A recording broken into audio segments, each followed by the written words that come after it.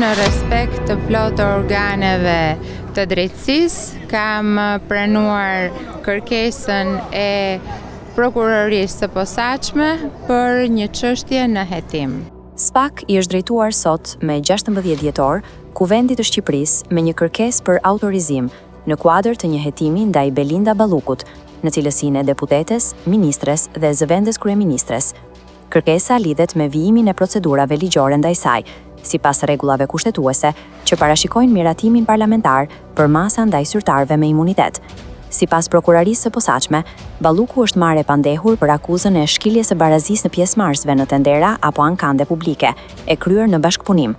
Akuza lidhet konkretisht me procedurën e prokurimit për ndërtimin e tunelit të Llogaras, për të cilën SPAK dyshon se janë shkelur rregullat ligjore të konkurrencës. Ndërkohë, kryeministri Edi Rama ka reaguar pasi prokuroria e posaçme i është drejtuar Kuvendit të Shqipërisë me një kërkesë për heqjen e imunitetit të deputetit Belinda Ballukut dhe autorizimin për arrestimin e saj. Kreu i qeverisë kritikon arrestet në burg ose në shtëpi, pa gjyq, duke e cilësuar të turpshëm faktin që Shqipëria është bërë një vend me më shumë të paraburgosur se sa të burgosur.